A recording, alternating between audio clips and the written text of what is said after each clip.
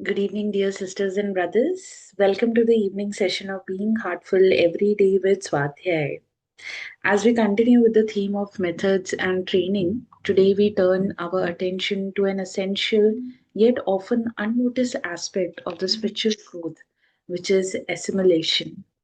Experiences may go and come, but transformation depends on how deeply they are absorbed into our being. Heartfulness training is not only about receiving higher states, but also about allowing those states to settle, stabilize, and become natural within us. In spiritual practice, experiences alone do not transform us.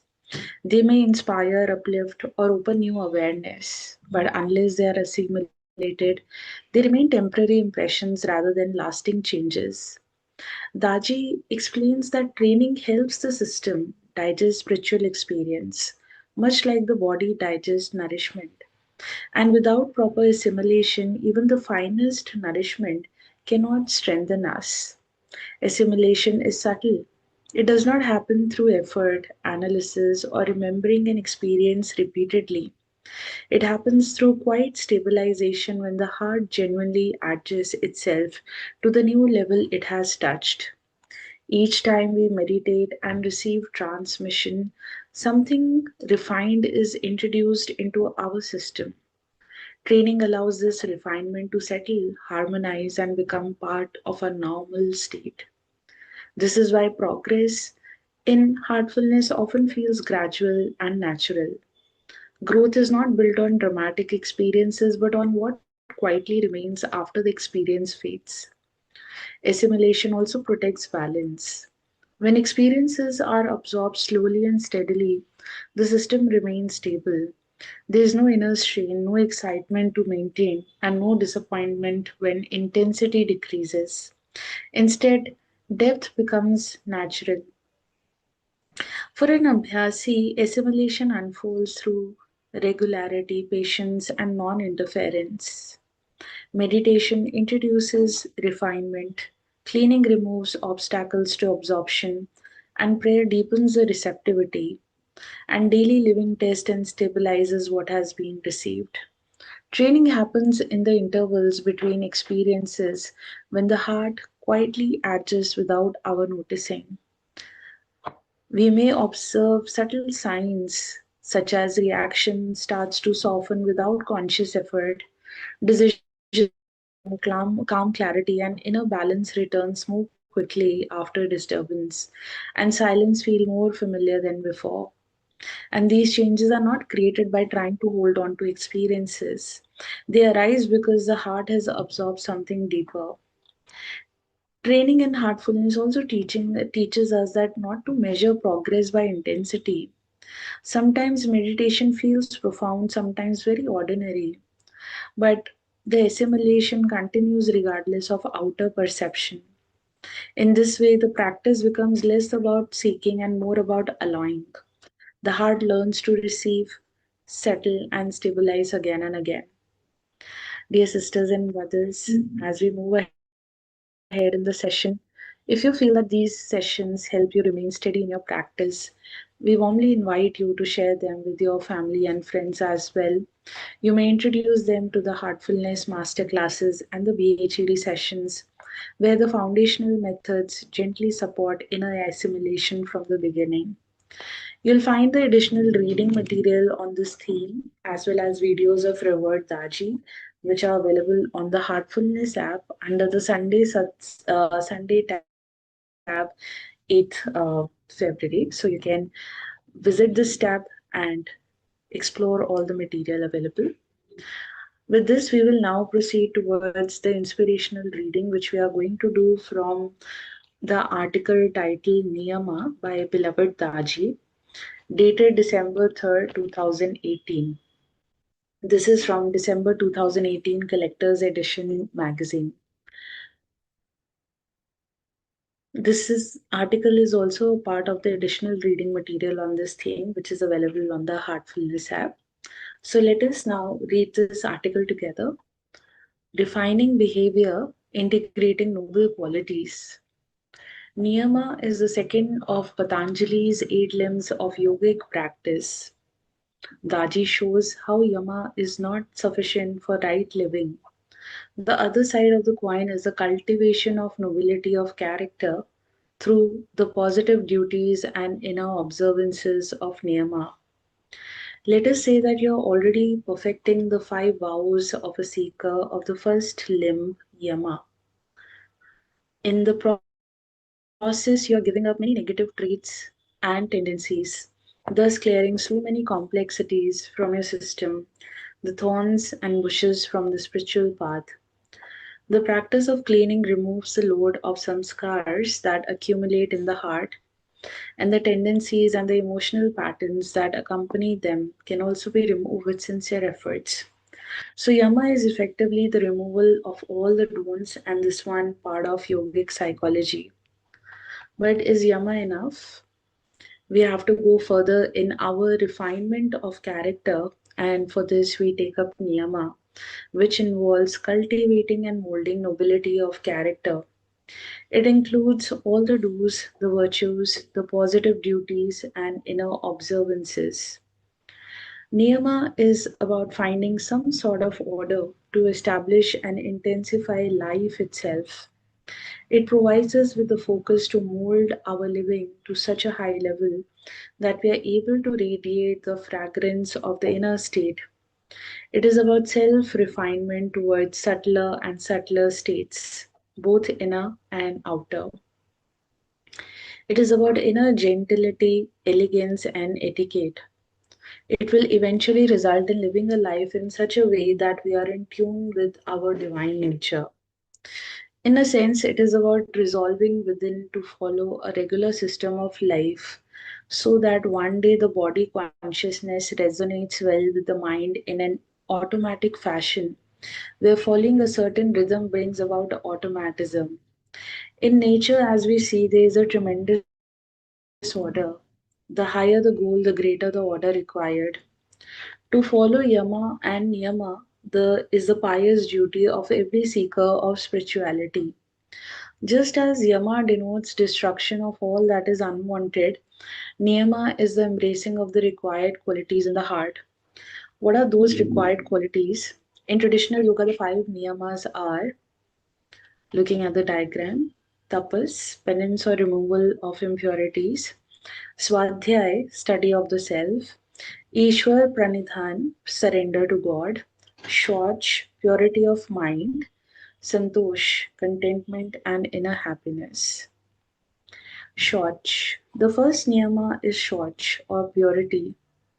All great spiritual leaders have extolled the importance of purity, which is a natural result of perfecting the yamas. So, in a sense, the niyamas continue on from the culmination of yama. To my heart, purity is akin to God. The sense of reality is purity. Ramachandra of Shahjahanpur gave a very important message towards the end of his life, and in it he said that purity weaves our destiny with the ultimate. That is a very profound thought and brings a lot of gravitas to the importance of purity.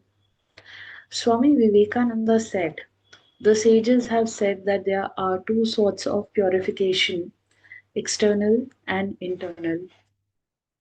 The purification of the body by water, earth, or other materials is the external purification as bathing, etc.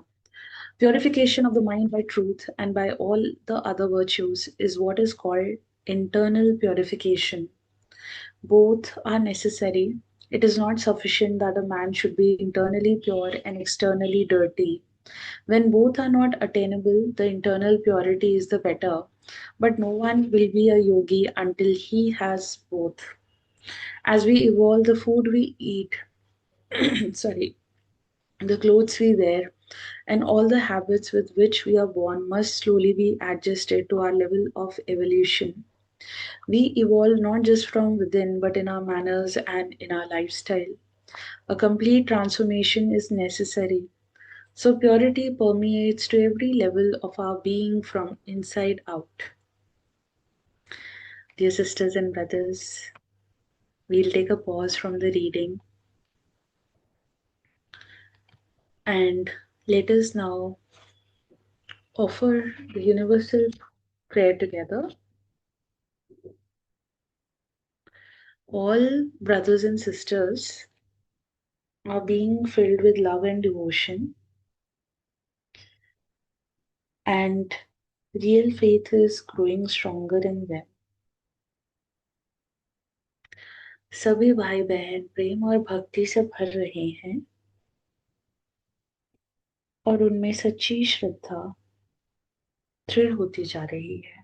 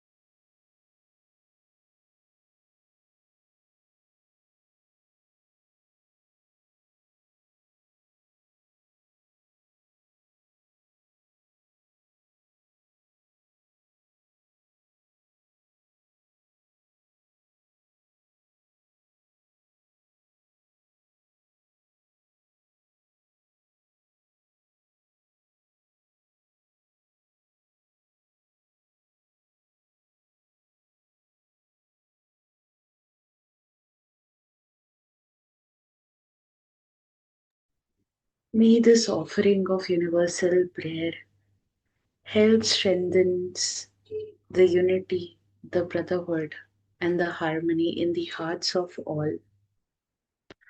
Dear sisters and brothers, as you prepare for the rest tonight, reflect softly. Am I allowing my experiences to settle quietly within me?